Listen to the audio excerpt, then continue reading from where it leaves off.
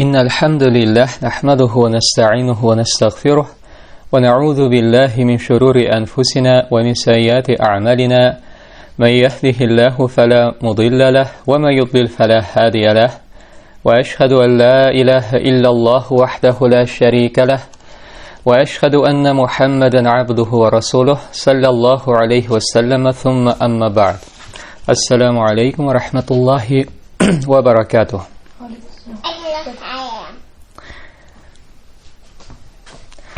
Alhamdulillah, Allah'ın rahmetiyle devam ettiğimiz Cebrail hadisi bilen tanışığımızda.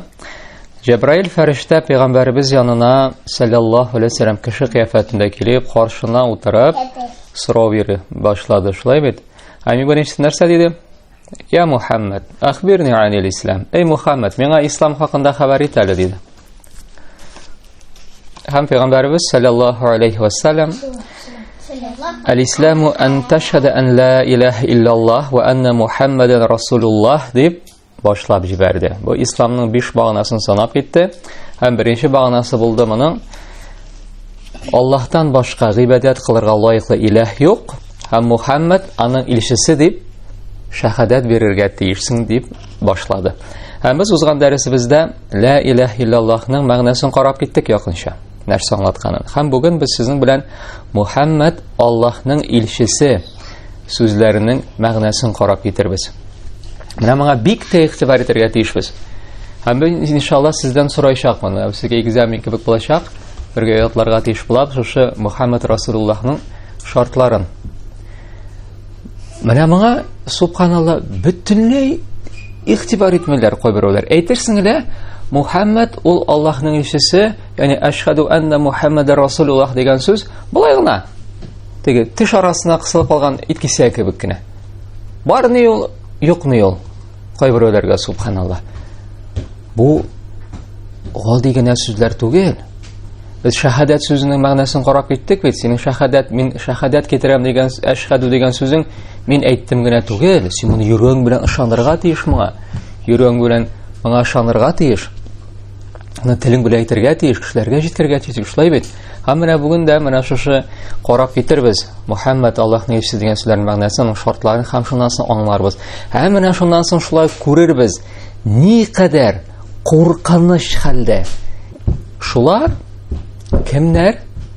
Әгәр аңа Аллаһның илчесе пәйгамбәребезнең сүзе килде икән, Peygamberimiz әйтте, сахих хадистә килә, Бухарида, Муслимдә килә, Пәйгамбәрimiz менә шулай дип әйткән дип дәшкәч, берәр кешегә әйтә калдың икән, ул үзен мөселман дип санап йөргән кеше нәрсә ди?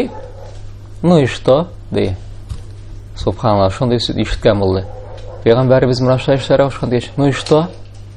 Безнең мәзһәбтә алай түгел ди. Субханаллах. Менә галимнәр менә шундый кешене әйтә, Аллаһу алим ди. Бу кешеләр бөтенләй İslam'da mıken yok mıken deyip de eyteler. Менә шул сүзләр өчен. Estağfirullah. Hem bik күп кешеләр, bik күп хәзрәтләр менә шуңа бер дә игътибар итмиләр. Һәм үзләренең җәмәгатендәге кешеләрне, мәдрәсәсендәге укучыларына, мәчеттәге җәмәгатькә менә шуны аңлатмыйлар. Аңлатсалар да Мухаммад Расулуллаһ дип әйтеп киттеләр дә, сүз гамәлләрендә Мухаммад саллаллаһу алейһи ва саллям менә булай эшләгән, менә булай дип әйткән, менә булай эшләмәскә кушкан дип әйттең икән, ну и что? Безгә ул барны юкны дип әйтәләр үзләренең сүзләре белән дә, гамәлләре белән дә субханаллах. Менә хәр танышып китербез, менә шулар белән иншаллах. Һәм менә һәммәгезгә дә, менә бу язманы тыңлаучыларына да менә үзегез сорау бирегез. Менә шушы Мухаммад Аллаһның илчесе дигән шаһадат сүзләрендә сезнең кимчелек юк микән? Безнең кимчелек юк микән? Әйдәгез башлыйбыз. Мухаммад Аллаһның илчесе сүзләренең мәгънәсе. Мухаммад Аллаһның илчесе сүзенә килгәндә, син Абдуллаһ улы Мухаммад әл-Хашими әл-Кураши әл-Араби Аллаһның илчесе дип шаһадат китерергә тиеш. Кем соң ул илче, кем соң ул пәйгамбәр? Илче, ягъни Расул дибез, ул туры юлдан тайпылган, ширик хәлендә, күферлектә булган кешеләргә Аллаһ тарафыннан яңа шәригать белән җибәрелгән һәм шуңа чакырган пәйгамбәр. Сездән сорасалар, кем ул Расул дип, посланник дип, сез нәрсәгә? ширк хәлендә турылдан тапылган, күферлектә булган кешеләргә Аллаһ тарафыннан яңа шәригать белән җибәрелгән пәйгамбәр. Пәйгамбәр, ан-наби, ул шул чорда яшәгән илченең шәригатын дәвам итүче. Пәйгамбәргә дә, Расулгә дә Аллаһтан вахи иңә. Әмма Расул үзенең дәрәҗәсе белән югары булып исәпләнә. Шундый нәтиҗә ясыйбыз. Һәрбер Расул ул пәйгамбәр, әмма һәрбер пәйгамбәр ул Расул түгел. Менә шуннан әйдәгез әле менә бер хадисны танышып итик. Аны күпләребез белмидер. Әбу Умама әл-Бахили, Аллаһ аннан разый булсын, хәбәр ителгән хадистә бер кеше пәйгамбәребездән саллаллаһу алейһи вассалам: "Эй Аллаһның илчесе, Аллаһ илчеләренең саны күпме булган?" дип сораган. Ягъни расулларның. Һәм пәйгамбәребез саллаллаһу алейһи вассалам аңа 315 дип җавап биргән. Машаллар, моны күпләрегез белмәгәндер моны. Ягъни расуллар, аларның саны 315 булган. Пәйгамбәрләрнең саны 20 күпме? 24 меңме? 240 меңме? Кара субханалла, үзендә уталып киттем. Ләкин алар бик күп булганнар. Әле хадисне Хаким китерә. As-Sahih al-Musnad хезмәтендә дә килә 480 номер астында. Һәм Al-Хаким әле хадисне Муслим шартларына туры килә торган сахих хадис дип атаган. Кешеләргә җибәрелгән иң беренче илче ул Нух саллаллаһу алейһи вассалам. Шундай дәгесендә комментарийны асты шәмәләрдән дә мәгълүмат карап китик. Кайбер китапларда, рәсемнәрдә Аллаһның кешеләргә җибәрелгән иң беренче илчесе ул Идрис булган диләр. Саллаллаһу алейһи вассалам. Менә безнең мәчеттә бер рәсем тора, нәле куяннар. Анда да хәтта Идрис тора. Иң беренче илче дип язган. Әмма бу дөрес сүзләр түгел. Чынлыкта исә Аллаһның иң беренче илчесе ул Нух саллаллаһу алейһи вассалам. Моңа дәлил итеп, бөек шәфәгать хакындагы хадисне китереп була. Кешеләр Нух пәйгамбәргә саллаллаһу алейһи вассалам: "Син кешеләргә җибәрелгән иң беренче илче" дип дәшәчәкләр. Әле хадис Имам Бухари китерә 33:40 һәм Имам Муслим 194. Һәм менә тагын баргат игътибарыгызны юнәлтәбез. Менә Нух пәйгамбәрне дә искә алгач, Идрис пәйгамбәрне дә алгач, без саллаллаһу алейһи вассалам дидек. Шулай бит. Без бит моңа күнекмәгән. Асылда пәйгамбәрләрне, башка пәйгамбәрләрне искә алганда алейһиссалам диләр, аңа сәлам булсын. Әни өчен без саллаллаһу алейһи вассалам дип әйтәбез. Менә шунда асты шөрмәдә аңлатылып китә бу. Пәйгамбәрләрнең исемен ишеткәч, аларга салават әйтү онытылган сөннәтләрдән. Пәйгамбәребез саллаллаһу алейһи вассалам: "Аллаһ пәйгамбәрләренә һәм илчеләренә Аллаһтан салават сорагыз. Дөреслектә Аллаһ мине дә аларны җибәргән төсле җибәрде" дигән. Бу силсилә сахихада килә 28:62. Менә машалла шуңа күрә без башка пәйгамбәрләрне ишеткәндә дә саллаллаһу алейһи вассалам дип әйтәбез. Дәвам итәбез. Адам белән Һава җәннәттән җиргә төшерелгәннән соң, кешеләр 10 гасыр буена мөселманнар, гыйбадәтләрендә бер Аллаһны гына берләп яшәүчеләр булалар. Әмма соңыннан Нух пәйгамбәрнең халкы яшәгән чорда изгеләрне шиктән тыш узып бөекләү сәбәпле алар арасына ширк үтеп керә. Аллаһка тиңдәшләр кыла башлыйлар. Менә исегезгә төшерәбез, ширк барлыкка килүнең иң зур сәбәбенең берсе изгеләрне шиктән тыш бөекләү сәбәпле. Изгеләрне, әби бабайларны дип әйтик, безнең илгәре булган изге безнең сәләфләрне бөекләү, шиктән тыш артык бөекләү, субханалла. Һәм рамды тенденция бүгенге көндә дә күзәтелә. Элгәре чорда кешеләр бердәм өммәт була. Соңыннан таркалалар, берничә төркемгә бүленәләр. Ширк барлыкка килә, һәм шуңа күрә дә Аллаһ аларга үзләре арасыннан үзенең беренче илчесен Нухны җибәрә. Саллаллаһу алейһи вассалам. Һәм менә шуның хакында карап та китик. Аллаһ субханаһу ва тааля моның хакында булай дип әйтә. Бу китапның үзендә түгел, асты шөрмәдә. Бу Әл-Бакара сүрәсенең 213 аятында моны тасвирлап бирә Аллаһ субханаһу ва тааля. Ягъничә мәгънәсе: Адәмнән алып Нух пәйгамбәр чорына кадәр булган кешеләр барысы да бер өммәт иделәр, ягъни бер дин әһелләр иделәр. Алар бердән бер Аллаһка гына гыйбадәт кылдылар. Шуннан соң диннәрендә бүленештеләр. Кайберләре бер Аллаһка гына табынуларын дәвам иттеләр, кайберләре Аллаһтан башкаларны үзләренә илаһ итеп алдылар. Шуңа күрә Аллаһ иман китергәннәрне җәннәт турындагы сөенечле хәбәрләр белән куандырырга, имансызларны җәһәннәм белән кисәтеп куркытырга илчеләрен җибәрде. Шул илчеләр белән кешеләр арасындагы каршылыкларны хөкем итәр өчен хаклыкка ия булган китап иңдерде. Менә күрәсезме? Бер өммәт булып яшәгәннәр, соңыннан таркалганнар, ширк барлыкка килгән, кемдер инде Аллаһка гына гыйбадәт кылган, кемдер Аллаһ белән янәшә, кемдер гыйбадәт кыла башлаган, субханалла. Менә бүген көндә дә шулай. Шуңа күрә дә мөселманнар бүленештә, таркауда. Ни сәбәпле? Менә шул ширк булган сәбәпле, төрле бидгатьләр керү сәбәпле. Дәвам итәбез. Беренче Расул кешеләр бердәм өммәт булып яшәүдән туктагач, ширк барлыкка килгәч килә. Беренче Расул ул Нух саллаллаху алейхи ва саллям, соңгысы Мухаммад саллаллаху алейхи ва саллям. Әлеге шәһадәт сүзендә башка пәйгамбәр искә алынмаган. Ни өчен? Чөнки Мухаммадның саллаллаху алейхи ва саллям килүе белән бар диннәрдә аңа кадәр булган расуллар алып килгән бар шәригать тә кире кагыла. Шуңа күрә дә бүгенге көндәге диннәр дөрес түгел. Пәйгамбәребез саллаллаху алейхи ва саллям килү сәбәпле алар гамәлгә яраксыз булып исәпләнә. Аллаһ аларның диннәрен кабул итмәячәк. Аллаһ Али-Гимран сүрәсенең 85-нче аятында булай ди: "Ва ма ябтагhi гайрил ислами динан фалан юqбала минху ва хува фил ахирати минал хасирин." Кемдә кем дин итеп үзенә ислам диненнән башканы теләсә, ул дин аннан кабул ителмәс һәм андый кеше ахирәттә отылучылардан була. Әлеге кешеләр уйлап чыгарылган гыйбадәтләре белән үзләрен алҗыталар, арыталар. Менә субханалла, карагыз. Әлеге кешеләр менә башка диннәрне уйлап карагыз. Хәтта исламда да субхана таралып төрле фиркаларга нитеп төрле менә бидгатьләр кылып яткан мөселманнарны да монда кертеп була субхана. Җип җиңел дин, шул кадәр гади дин, үзләренең төрле бидгатьләр, үзгә нәрсәкәйләре белән әллә нәрсәкәйләр уйлап, әллә нинди гыйбадәтләр уйлап үзләрен алҗыталар, арыталар.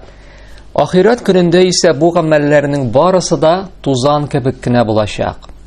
Аларга бер ничек тә ярдәм итмәячәк һәм кабул да булмаячак.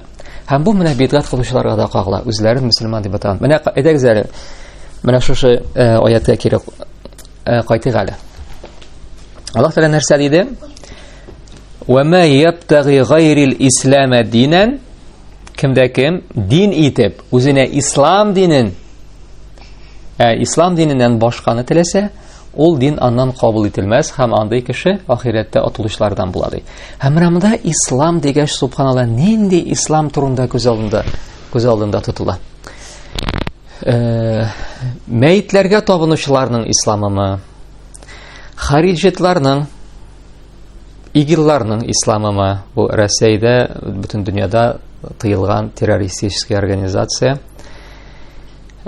ихванул муслиминнарның исламымы, алар бит барысы да ислам диләр, шиитларның исламымы, тегеләрнең хизбут тахрирларның исламымы, шулай ук тыелган оешма.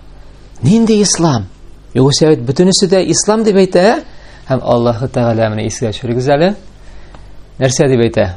Сахабаларына дәшеп, соңгы хаҗда, Гарафат көнендә нәрсә ди? "Ал-яума акмалту лакум динакум".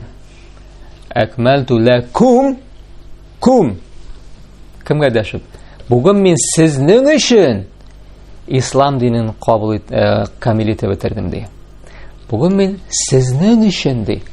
Пәйгамбәребез исән вакытында Аллаһ Тәгалә әйтә: "Мин бүген сезнең өчен ислам динен кабул итеп бетердем". Димәк, кемнәргә бу сүз? Сез дигән сүз. Пәйгамбәребез исән вакытында сахабаларга, пәйгамбәребезгә һәм сахабаларга, машалла. Димәк, Аллаһ нинди ислам белән разый? Нинди исламны кабул итеп бетерде? Сахабаларда булган исламны кабул итеп бетерде, һәм менә шушы ислам белән генә ул разый. Машалла. Күрәсезме? Менә бу теге тонкая грань дип әйтик. Моны «Аль-яума акмалту лакум динакум» дигән сүзне һәм дәвам итеп килә, һәм сезгә ислам динен менә шушы камил итеп бетергән ислам диненнән сезнең өчен разый булдым дигән сүзне колагы артыннан үткәргә кирәк түгел. Субханаллах, һәрбер сүзне игътибар кирәк. Тагын бар кабатлыйбыз. Мин сезнең өчен ислам динен бүген кабул итеп бетердем һәм менә шу ислам динендә мин разый ди Аллаһ Тәгалә. Димәк, пәйгамбәребезнең чорында, сахабаларның чорында исламда булмаган нәрсә ул бүген дә ислам түгел. Имам Маликның да шундый сүзләре бар. Шуңа күрә менә бүген нинди генә гамәлләр кылмыйлар әле мөселманнар, субханаллах. Кайларга гына бармыйлар. Нәрсәләр генә эшләмиләр, субханаллах. Һәм сорау. Менә бу кылган гамәлләрегез кабул буламы икән? Әгәр җавапны беләсең килсә, сахабаларга әйләнеп кайт. «Аль-яума акмалту лакум динакум». Мин бүген сезнең өчен, әй сахабаларым, әй Мөхәммәднең сахабалары, ислам динен камил итеп бетердем. Менә сахабалар исламында булдымы икән менә шушы нәрсәләр? Булса, әлхәмдүлилләһ, Аллаһ синнән кабул итә. Булмады икән, менә бу аятта әйткәнчә, «Ва хуа фил ахирати минал хасирин». Ахиратта отылучылардан булачаксыз. Аллаһ сакласын. Бик нык игътибар итәргә кирәк. Әйдә тегене эшлибез, әйдә булай итәбез, әйдә тегендә барабыз, әйдә җырлап алабыз, әйдә тегелә, әйдә нашитлар җырлыйбыз, әйдә булай, әйдә менә моны шулай итәбез. Әйдә, иң беренче сорау, сахабалар шулай эшләгәнме? Пәйгамбәр шулай эшләгәнме? Сахабалар шулай эшләгәнме? Юк дип әйтте икән, булды. Бар, юлыңда бул, дибез. Дәвам итәбез. Менә мондагы ахиратта отылучылардан була дигән сүзләргә килгәндә, алар бу тормышта нинди дә булса уңышка ирешсәләр дә, ахират тормышында алар уңышка ирешмәсләр. Чөнки аларның диннәре дөрес түгел. Әйе, бу тормышта ниндидер уңышка дидек, әйе, кем Аллаһ Тәгалә байлыгын да бирә, гомерен дә бирә, сәламәтлеген дә бирә, почетын да, дәрәҗәсен дә бирәчәк, ләкин ахиратта улар хәсрәттә калучылар булачак. Мөхәммәд Аллаһның илчесе дигән сүзләргә килгәндә, син шуларны белергә тиеш. Беренчедән, ул бар халыклар өчен дә Аллаһ илчесе. Ягъни ул барлык кешеләр өчен дә, гарәп өчен генә түгел, татар өчен генә түгел, барлык кешеләр өчен, японы өчен дә, африканцы өчен дә, тегесе өчен дә, монысы өчен дә ул Аллаһның илчесе. Аллаһ субханаһу тәгалә моны хакында булай дип әйтә: Табаракаллази наззала al-furqana ala 'abdihi liyakuna lil'alamina nadhira. Бар галәмнәргә, ягъни кешеләргә һәм җиннәргә кисәтүче булсын өчен үзенең кулына Мөхәммәдкә Фуркан, ягъни яхшылык белән яманлыкны аеручы Кур'ан иңдергән Аллаһ бәрәкәт иясе ди. Нәрсә диде? Бар галәмнәргә кисәтүче булсын өчен җибәрелгән Мөхәммәд дип әйтә. Шулай ук Аллаһ Тәгалә булай дип әйтә: Кул я әйюхан-нас. Эй Мөхәммәд, диде Аллаһ Тәгалә, син аларга булай дип әйт: Эй кешеләр, дөрестлектә мин Аллаһның сезнең барчагызга җибәрелгән илчесе. Күкләр һәм җир аның милке. Ягъни күкләр һәм җир Аллаһныкы, аның милке. Аннан башка гыйбадәт кылырга лаеклы илаһ юк. Ул тере булмаганны терелтә, тереләрне үлеләндерә. Сез Аллаһка иман китерегез, һәм үзе дә Аллаһка һәм аның сүзләренә иман китергән Расулына, укый яза белмәгән пәйгамбәргә иман китереп иярегез. Бәлки сез шуның белән тур юлга күнүчеләрдән булырсыз ди. Бу Әл-Аъраф сүрәсе 158 аят. Пәйгамбәребез саллаллаһу алейхи ва саллям булай дип ант итте. Ихтияр белән тыңлагыз. Бу өммәттән дигәне теге мөселманнар арасында дигән сүз түгел. Салып бир ташлангыз. Бу өммәттән дигәне, ягъни кешелек өммәтеннән. Кешелек өммәтеннән булган теләсә кайсы кеше, яһудимы ул, насарамы, минем хакында ишетеп тә, мин нәрсә белән җибәрелгән булган, шуңа иман китермичә үлеп китсә, ул һич шиксез җәһәннәм әһленнән булачак ди. Менә бу хадискә игътибар итегез. Карагыз, пәйгамбәрбез нәрсә, без гармын аңлатып та китербез. Менә бу хадисне шулай ук кулак артыннан гына уздырып җибәрү түгел. Карагыз, нәрсә диде пәйгамбәр саллаллаһу алейһи ва саллям. Яһудимы ул, насарамы, минем хакында ишетеп тә, мин нәрсә белән җибәрелгән булган, шуңа иман китермичә үлеп китсә, ул һичшиксез җәһәннәм әһленнән булачак. Әлеге хадисне Имам Муслим китерә 153 номерасында. Әйдәгез аңлатып үтәбез менә бу хадисны. Бик мөһим хадис. Моны аңларга кирәк, машалла. Галимнәребез әлеге хадисне Пәйгамбәребезнең саллаллаһу алейхи ва саллям икенче бер хадисе белән бәйләп аңлаталар. Аллаһның илчесе саллаллаһу алейхи ва саллям булай дигән: "Кем мине төшендә күргән, ул чыннан да мине күргән була. Чөнки шайтан минем кыяфәтемә керә алмый" ди. Бу хадисне Имам Бухари китерә 16197 номерасында, һәм Имам Муслим 2266 хадис. Без Пәйгамбәребезнең саллаллаһу алейхи ва саллям кыяфәтен ничек белә алабыз? Мәсәлән, без һәр төш күрәбез ди.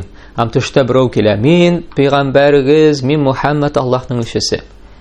Менә без чын-чынлап Пәйгамбәребезне күрдек, каян беләләбез?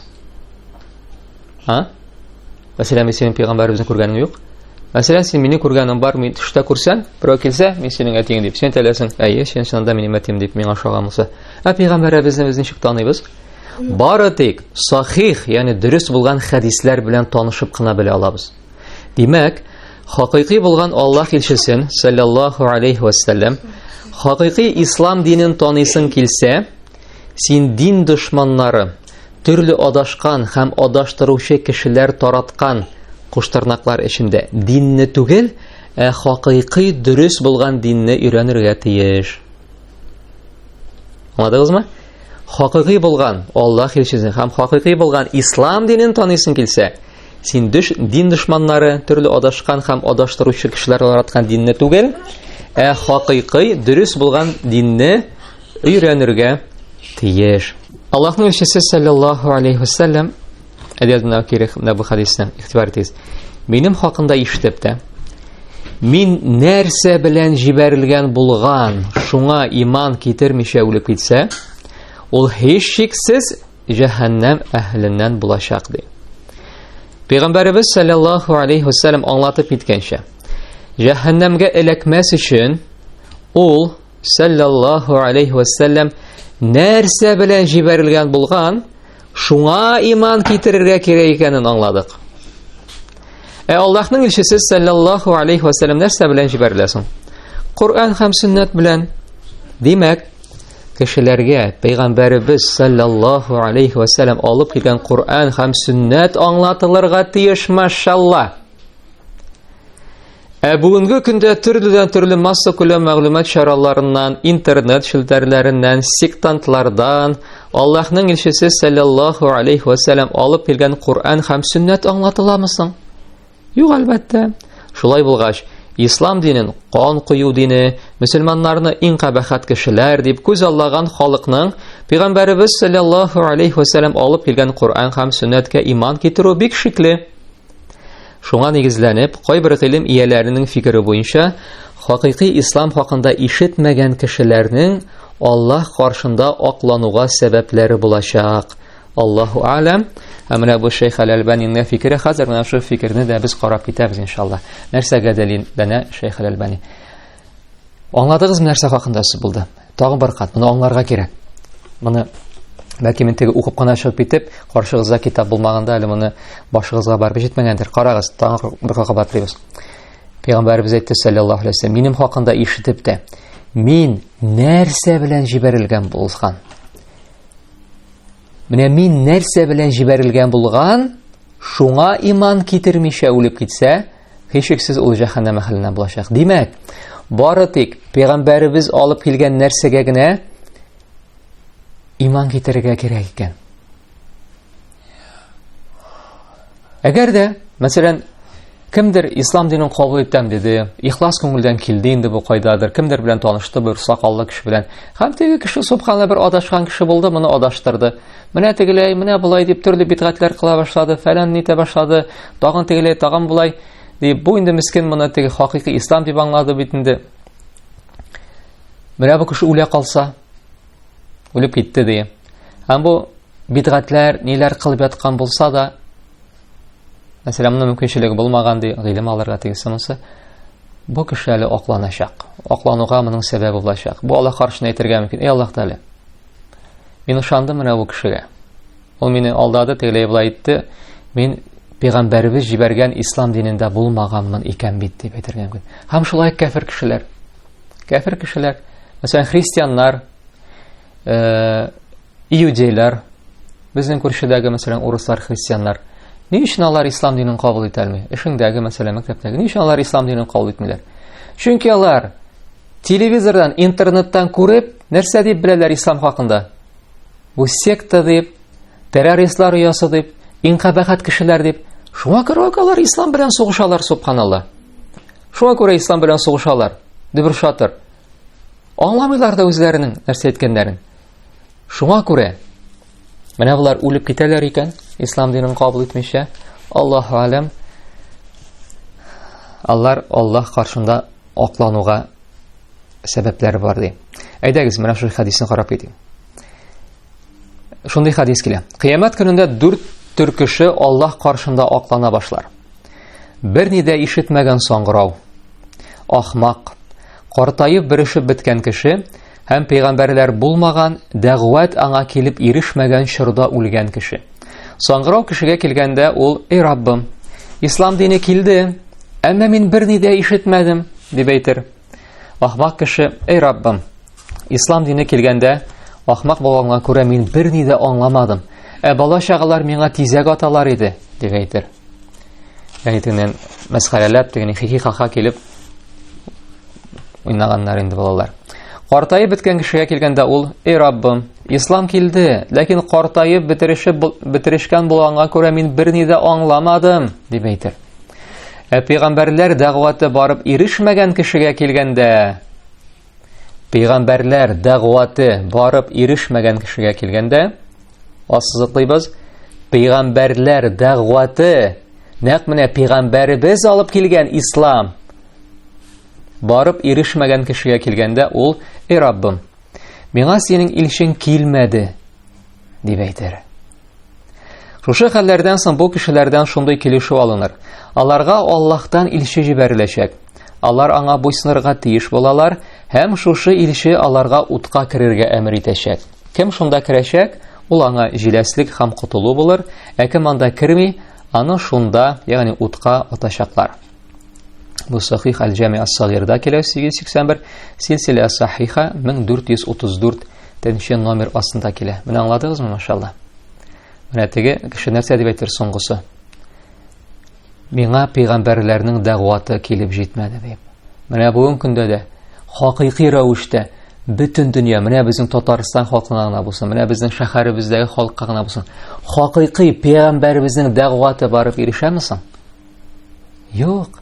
Хәтта пәйгамбәребез дәгъваты исеме астында да нәрсәдер ирешәдер, ләкин ул нәрсәләрне күреп бу кешеләр кит әле, субханалла, шундый дин буламыни дип аптырап карап торырга, шуңа күрә дә исламны ниндидер бер әллә нәрсә дип кабул итеп, шуңа күрә дә ислам динен кабул итмиләр, субханалла. Менә шушы мәсьәлә аңлашылгандыр дип уйладым. Менә шуңа бик нык игътибар итәргә кирәк. Менә бу зур галимнәребезнең берсе Шейх Аль-Албаниның да фикере булып тора. Менә бүгенге көндәге насаралар, яһүдиләр һәм башкалар, гомумән ислам дине кемгә пәйгамбәребезнең хакыйкый дәгъваты барып ирешмәгән булган, алар кыямәт көндә менә шул Аллаһ Тәгалә каршында акланачаклар. Миңа синең пәйгамбәреңнең дәгъваты килеп ирешмәде дип. Аллаһу а'лам. Дәвам итәбез. Шуңа күрә китап әһелләре дә, башка дин әһелләре дә җәһәннәмдә булачак икән. Без моңа инанабыз, чөнки бу Аллаһ илчесенең саллаллаһу алейхи ва саллям сүзләре. Әйе, христиан, яһүдиләр, аларның орны җәһәннәмдә. Кемдер әйтергә мөмкин, алар бит Аллаһка ышаналар дип. Гарәп мөшрикләре дә Аллаһка ышанды. Ләкин Аллаһка ышану гына кешене җәһәннәм утыннан коткарамы соң? Юк. Бу кешеләр дә ни кызганыч җәһәннәмдә булачак. Шуңа күрә дә менә аларны чакырырга кирәк, аларга да җәннәт теләргә кирәк, аларга да хакыйкый динне аңлатырга тырышырга кирәк. Иң беренче үзебезнең туганнарыбыздан, якыннарыбыздан, субхан, үзләрен мөселман дип санап биреп тә исламның и хәрефен дә белмиләр, субханалла, үзебезнең халкыбыз, татар халкы. күршеләребез, туганнарыбыз, кодаларыбыз, кодашаларыбыз, Аллаһ Тәгалә һидаят бирсен һәм тәләш эшләр бирсен безгә, аларга дәгъват кылырга, аларга аңлатырга. Амин. Димәк, беренчесе булды, без шуны белергә тиеш, Мөхәммәд бар кешелек өчен дә җибәрелгән илче. Икенчесе, Мөхәммәд Аллаһның илчесе дип әйтәсең икән, син телең, йөрәгең белән Мөхәммәд ул бар галәмнәр өчен рәхмәт йөзеннән җибәрелгән Аллаһның илчесе дип танырга тиеш. Аллаһ Субханаһу ва Тәгалә булай дип әйтә: "Ва ма арсалнака илля рахматан лил аламин." Без сине галәмнәргә, ягъни кешеләр һәм җиннәргә рәхмәт өчен генә җибәрдек, ди Аллаһ. Бу Әл-Анбия сурәсе 107 аят. Өченчедән, син аның соңгы пәйгамбәр икәнлегенә дә ышанырга тиешсең. Аллаһ Субханаһу ва Тәгалә булай дип әйтә. Якынча мәгънәсе бу Әл-Ахзаб сурәсе 40 аят. Мөхәммәд сезнең ирләрегезнең һич берсенең атасы булмады. Ләкин ул Аллаһның илчеседер һәм пәйгамбәрләрнең мөһере ди, ягъни соңгысы. Кемдер әйтә, "Нигә Мөхәммәд каян чыгып әйтәсез ул Аллаһның пәйгамбәрләрнең соңгысы?" дип, менә Аллаһ Тәгалә үзе әйтә дип әйтәбез. Шуңа күрә дә Мөхәммәдтән соң саллаллаһу алейхи ва саллям бүтән пәйгамбәрләр юк. Кем аннан соң пәйгамбәрлек хакында белдерсә, ул кеше ялганчы, кафир һәм аңа ышанган кеше дә кафир була, Аллаһ сакласын. Югарыда карап киткән аятка игътибар итегез. Аллаһ пәйгамбәрләрнең соңгысы диде. Ва хатаман набиин диде. Нигә илчеләрнең соңгысы дип әйтмәде икән? Моның хикмәте шуннан гыйбарәт. Әгәр дә Мөхәммәдтән соң саллаллаһу алейхи ва саллям бүтән пәйгамбәрләр булмаячак икән, ул чагында илчеләр булмый да булмый инде. Чөнки һәр илче, ягъни һәр расул ул пәйгамбәр булып исәпләнә. Шуңа күрә дә Мөхәммәд пәйгамбәрнең саллаллаһу алейхи ва саллям үлеме белән пәйгамбәрләр чоры да, илчеләр чоры да бетә. Шушы урында игътибарыгызны бик тә мөһим булган мәсьәләгә юнәлтәсем килә, ди Шәйх Уthaymin. Ни өчен Аллаһтан башка гыйбадәт кылырга лаеклы илаһ юк һәм Мөхәммәд Аллаһның илчесе дигән ике шәһадәт сүзе бер шәһадәт булып исәпләнә? Чөнки барлык гыйбадәтләр дә шушы ике шәһадәт бергә тупланганда гына кабул була. Исә калдырабыз, бар гыйбадәтләр дә шушы ике шәһадәт бергә тупланганда гына кабул була. Ла илаһа иллаллаһ дип шәһадәт китерәбез бит. Менә бу ла илаһа иллаллаһ шәһадәте бездән ихласлылыкны таләп итә.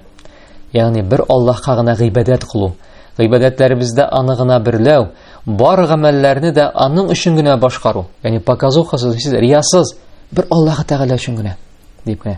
Мөхәммәд Аллаһның илчесе шәһадәте исә бездән катгый рәвештә пәйгамбәребезгә саллаллаһу алейхи ва саллям иярүне сорый, мутабаа дип атала. Гыйбадәтләреңнең Аллаһ тарафыннан кабул булуын телисең икән, менә шушы ике шарт үтәлергә тиеш тә инде. Менә моны алтын хәрефләр белән язып куегыз, мөхтәрәм җәмәгать. Аллаһ алам, күпләрегез белмәде, күпләрегезгә хәтта мәдрәсәләрдә дә, мәчетләрдә дә моның хакында әйтмиләрдер. Теләсә нинди гыйбадәт, әгәр дә син бу гыйбадәтне Аллаһ Тәгалә тарафыннан кабул булуын телисең икән, без һәммәбез дә Аллаһ тарафыннан кабул булуын телибез. Ни өчен? Чөнки җәннәткә керәсебез килә. Ни өчен без изге гамәлләр кылабыз? Ни өчен без Аллаһ яраткан гамәлләр кылырга тырышабыз? Җәннәткә керү өчен. Һәм син җәннәткә керәшең Аллаһ Тәгалә моны кабул итсә генә.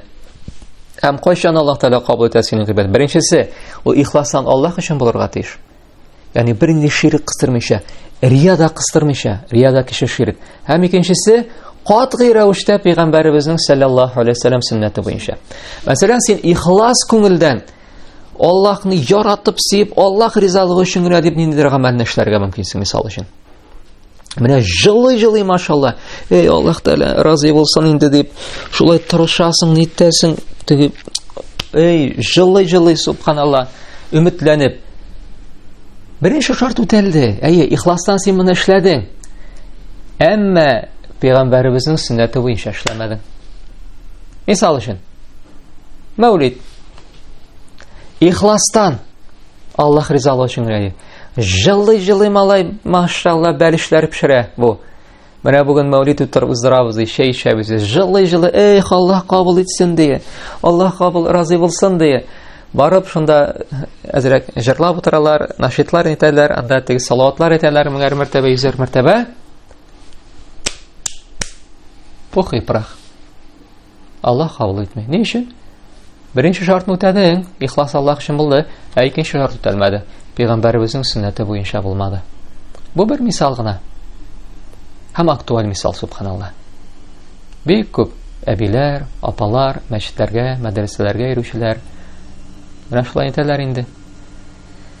Зур гамәл башкарабыз дип уйлыйлар инде, субханаллах. Ихластан башкаралар, субханаллах. Җылы-җылы башкаралар, субханаллах. Ләкин буларга аңлатмадылар. Мондый нәрсәнең юк икәнен бит. Безнең Абу Ханифа мәзһәбендә дә юк. Абу Ханифа чорында да булмады бу. Башка имамнар чорында да булмады бу. 400 ел буе нәрсә икәнен белмәделәр, субхан. Соңдан гына шиитлар, фатимитлар менә шул нәрсәгә үткәрә башлады, субханаллах, дин дошманнары. Һәм шуннан үтеп китеп, алып китеп, бүгенге көндә дә уздыралар. Миллионнар түгәләр, симпозиумнар үткәрәләр, международный конференциялар ясыйлар, субханаллах. Бер нинди файда китермәячәк. Бер нинди файданы китермәячәк түгел, кыямәт көнендә субханаллах Тәгалә синең катгый рәвештә сорайчак моның хакында. Һәм пәйгамбәребез синнән ваз кичәчәк сулыгында. Без беләбез бит. Пәйгамбәребезнең сулыгы булачак. Һәм шунда мөселманнар җылачак су эчәргә, ниләрен, сусауларын басырга. Һәм кайбер кешеләрне фәрештәләр алып итәчәк. Тегеләр суга баралар, йөгереп су эчәләр, һәм фәрештәләр тегене электрәләр алып китәләр, электрәләр алып. Һәм пәйгамбәребезне күрә дә: "Уммати, минем өммәтемнән бит бу кеше. Бу бит мөселман, бу бит минем өммәтемнән." Һәм тегене әйтәләр: "Эй Мухаммад, синең үлеменнән соң менә бу кешеләрнең нәрсә эшләгәннәрен белмисең бит син", диде. Синең үлеменнән соң синең динеңә нәрсә генә кертмәделәр менә бу кешеләр, диләр. Һәм пәйгамбәребез саллаллаһу алейһи ва сәлләм алып китегез, дип әйтер әлеге кешеләрне, субханаллах. Шуңа күрә ислам дигән һәр кышкырылган нәрсә, һәр ялтыраган нәрсә ислам түгел бүгенге көндә, мөхтәрәм җәмәгать. Сак булыгыз. Шуңа күрә гыйлем алыгыз. Гыйлемне кайнала пәйгамбәребезнең хәдисләре белән танышып кына син гыйлем ала аласың, субханаллах. Коръан һәм пәйгамбәребезнең сөннәте, субханаллах, машаллах. Дәвам итәбез. Моңа бик нык игътибар итәргә кирәк.